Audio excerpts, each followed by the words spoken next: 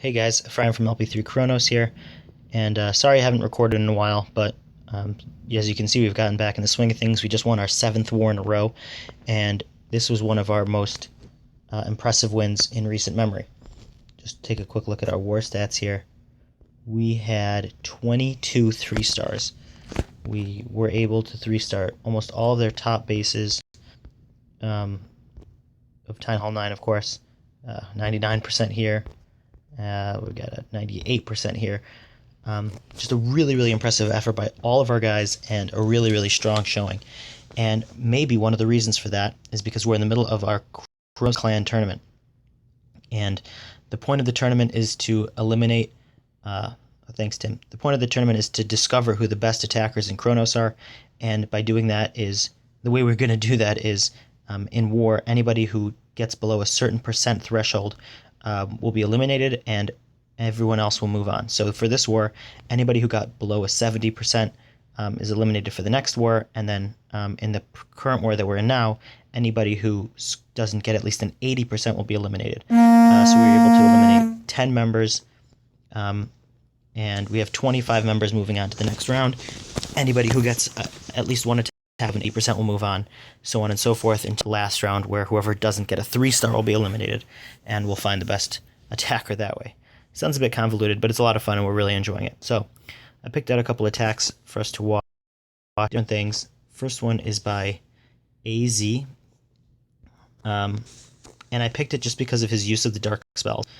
I know personally I've been having a little bit of, not trouble, but I've been having a little bit of a difference of opinion on how to use the dark spells in the best way possible, and AZ uses them in a really great way here. So he has a classic Go La Lune, and never leave the hole in your base like that. It's too easy to lure and trigger bombs. Just don't do that. Bad base design.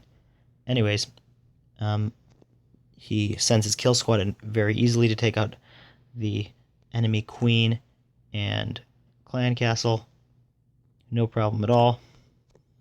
And he has hounds in that dead spot for them to travel. Just not a good base design, guys. It's not cute. You're not tricking anybody.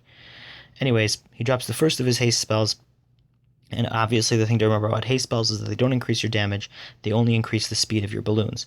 And in a base like this, that's actually really important. You'll notice that a lot of the defenses are pretty far spread apart, especially these like wide compartments here. So AZ uses his rages on the middle, on the X-bows, and on the wizard towers, and on the things that really need that extra damage, and uses hastes in the corners to just speed those balloons up and really force them into the center. I really like that use of dark spells, and I think it really was what helped him get the 3-star here. So we'll just speed it up a little bit because those balloons are so darn slow.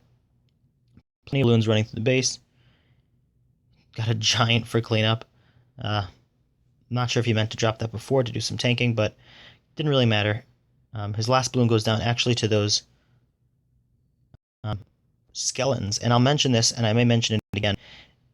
If you have a poison and you know in the enemy clan castle there's a dragon and balloons or whatever, don't use it on them. Save it for the skeletons, unless you know that the skeletons are set for air or ground or vice versa.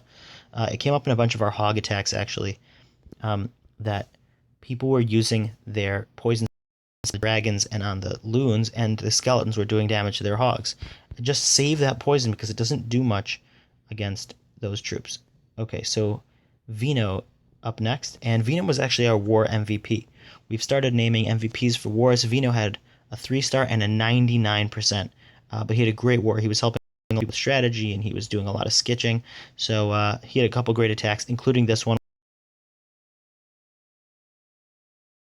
Our war MVP, congrats to him. And the trick with the queen walk, one of the tricks of the queen walk, is being patient on your queen's ability. So if this was me, I would be freaking out right now. My queen's at about 10% health, and the archer tower is locked down, and the wizard tower was just locked on a second ago. But VINO is very patient, waits. He knows that the queen is going to be able to sustain the damage from that archer tower, and she's back up at full health. And we'll actually see she'll survive the entire raid on basically full health. So really patient, not using the ability too early, saving the ability for the clan castle. Really perfect. So well executed queen walk. So he pushes his whole kill squad right into the queen. Squad to take out the dragon and the balloons pretty quickly. Perfect example of saving your rages. Saving your poison. He saves his poison. He knows that the skeleton, or at least assumes the skeleton traps are going to pop. I don't think this was a cleanup. Yeah, he assumes the skeleton traps are going to pop. So there's no reason to poison. He will use it a little bit later on.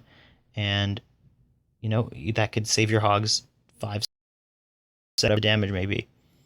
So, excellent heals. There goes the poison. Taking out those pesky skeletons. You'll see the queen is still at full health. That healer is actually even still alive, healing up those golems. And he'll have plenty of hogs for cleanup to take out the rest of the space. So great attack by VINO. Congrats on winning MVP. And really solid attack and good use. Just something I also wanted to point out about this clan. Clear that with the poison spell, the best clan castle combination is balloons and a dragon. And that's fine. It really is a very good attack. However, if everyone in your clan has that troop combination, it makes it very, very easy. Yes, it's a good CC combination, but when everybody knows about it, its power is significantly decreased. It's much easier to lure. You know what kind of troops you need to bring to get rid of it. Switch it up a little bit. Have something a little bit different. Even if you want them to have dragons, have some of them have all loons. Some of them with a dragon and some wizards. Some of them with a Valkyrie, just to keep the attacker on their toes. One of the most important things in Clash is making sure that you keep your opponent guessing. Alright, so, sorry about that little rant there. That's just something I've noticed, and it's made it easy on us. So anyways, Kit's coming in here with a really interesting kind of Golawee, right? Sorry, get confused with the name sometimes. Creates a super wide funnel, has 6 witches, and only a couple golems, which is usually the opposite. Usually you'd see more golems attacking, but it really worked out here for Kit, and he'll be very tightly clustered, and this is what's going to allow him to get the 3-star here.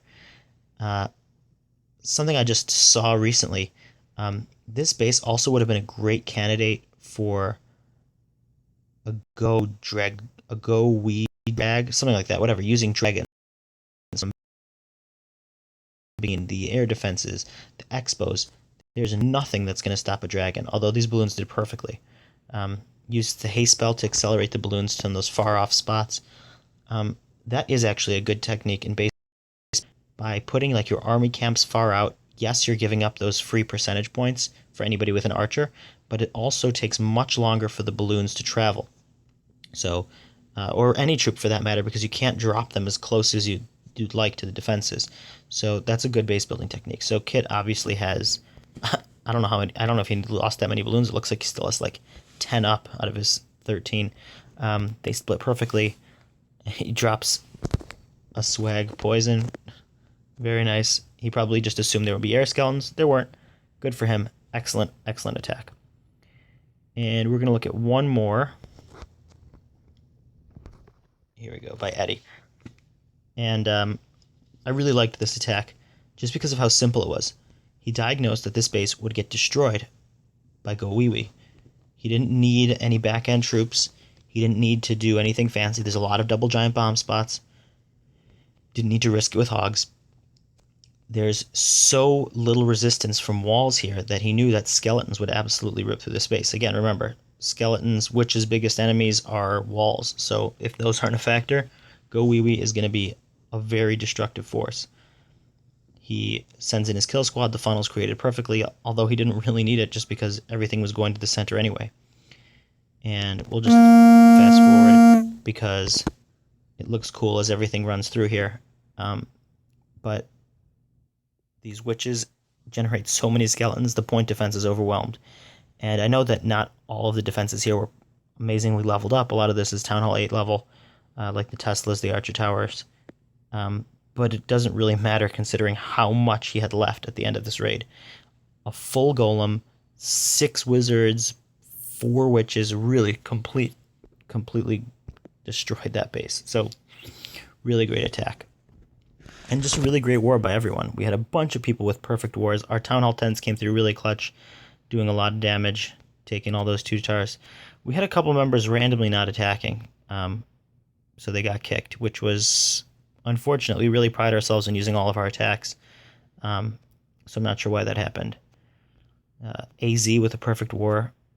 Spencer, he lost connection on his second raid. He was claiming that he would have had his 2-star war. VINO, again, only 1 star away from a perfect war. Great attacks from a lot of different guys. So many people had 3 stars. So many. This tournament's going to really be tough. I don't know how many people are going to get eliminated. Everyone's doing so well. Ted with a 98 and 100. Dan with 2 3-stars. Good for him. Just a really great war all around. So we're back for round 2 of our war tournament. Hopefully we'll be back with another recap for that. And thanks so much for watching, and I'll see you guys in the next one.